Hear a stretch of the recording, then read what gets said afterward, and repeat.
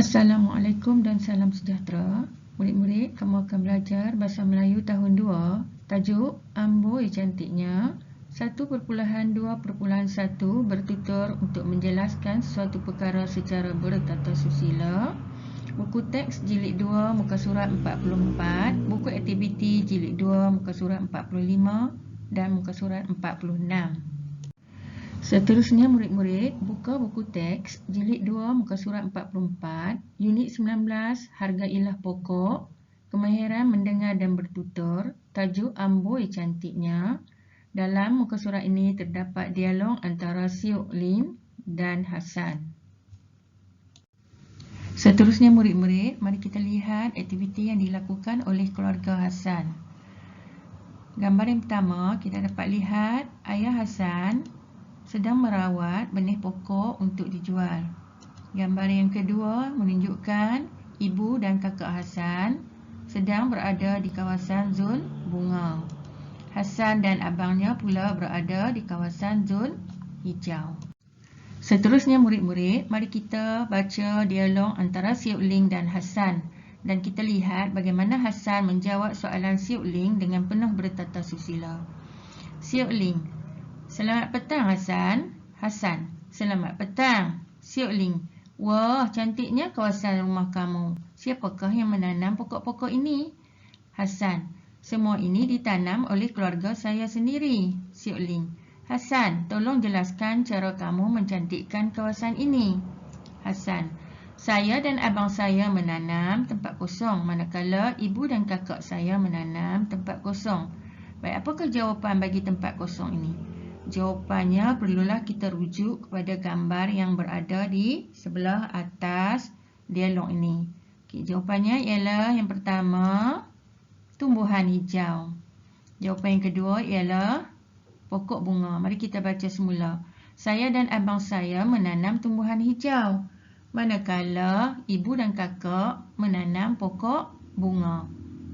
Kita baca dialog yang seterusnya. Benih pokok di situ untuk apa? Hasan menjawab. Jawapan di sini pun kita perlu rujuk kepada gambar di atas dialog ini. Jawapannya ialah benih pokok di situ untuk dijual. Siok Ling: Kamu bijak Hasan. Terima kasih atas maklumat tentang pokok-pokok itu. Hasan pun menjawab, sama-sama. Inilah contoh dialog dan jawapan yang diberikan secara bertata susila. Murid-murid, seterusnya sila buka buku aktiviti muka surat 45 dan muka surat 46. Mari kita lihat aktiviti dalam muka surat 45 dahulu. Unit 19, tema 7, pertanian dan penternakan. Hargailah pokok. Aktiviti 1A. Lengkapkan dialog, kemudian tuturkan. Sepakat berbudi pada tanah. Mari kita baca dialog antara Arif dan juga Norli. Selamat pagi Arif. Mengapakah pakcik kamu memasang jaring hitam itu? Selamat pagi Norli. Pakcik saya memasang jaring hitam itu untuk... Dia meminta kamu memberikan jawapannya. Baik, mana satu jaring hitam? Okey, ini ialah jaring hitam yang digunakan oleh pakcik Arif. Baik, jaring hitam ini selalunya digunakan oleh petani-petani untuk melindungi pokok daripada cahaya matahari. Jadi jawapan di sini ialah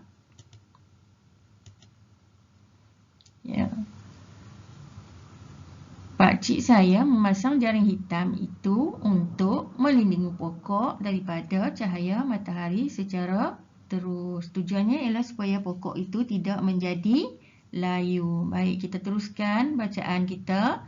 Apakah sebabnya pokok itu disembur air setiap masa? Arif pun menjawab, pokok-pokok itu disembur air setiap masa agar... Okey, tempat kosong lagi. Jawapannya ialah tidak layu dan sentiasa segar. Mari kita baca semula. Pokok-pokok itu disembur air setiap masa agar tidak layu dan sentiasa segar. Seterusnya murid-murid, sila buka buku aktiviti muka surat 46. Mari kita lihat gambar yang telah diberi. Aktiviti 1B. Lengkapkan dialog berdasarkan gambar. Pokok bunga penyeri rumah. Jadi jawapan dalam buku aktiviti muka surat 46, kamu perlu merujuk kepada gambar yang telah diberi. Mari kita lihat gambar pertama. Gambar pertama menunjukkan Nurli menanam pokok bunga ros, bunga kemboja, bunga lili dan bunga melur. Gambar kedua pula menunjukkan Nurli menyiram pokok bunga. Gambar yang ketiga menunjukkan Nurli mencabut rumput yang berada di dalam pasu. Seterusnya murid-murid, mari kita lengkapkan dialog berdasarkan gambar. Baik, dialog yang pertama antara Nurli dan kawannya. Pokok bunga kamu cantik, apakah bunga yang kamu tanam? Nurli menjawab, bunga yang saya tanam ialah bunga ros, bunga kemboja, bunga lili dan bunga melur. Dialog yang kedua, apakah yang kamu lakukan pada waktu petang? Nurli menjawab, pada waktu petang, saya akan menyiram pokok bunga. Dialog yang ketiga, apakah yang kamu lakukan terhadap rumput yang tumbuh itu? Nurli menjawab, saya akan mencabut rumput yang tumbuh itu. Murid-murid, kita dapat lihat Nurli menjawab soalan kawannya dengan penuh bertata susila. Murid-murid juga perlu lakukan sebegitu.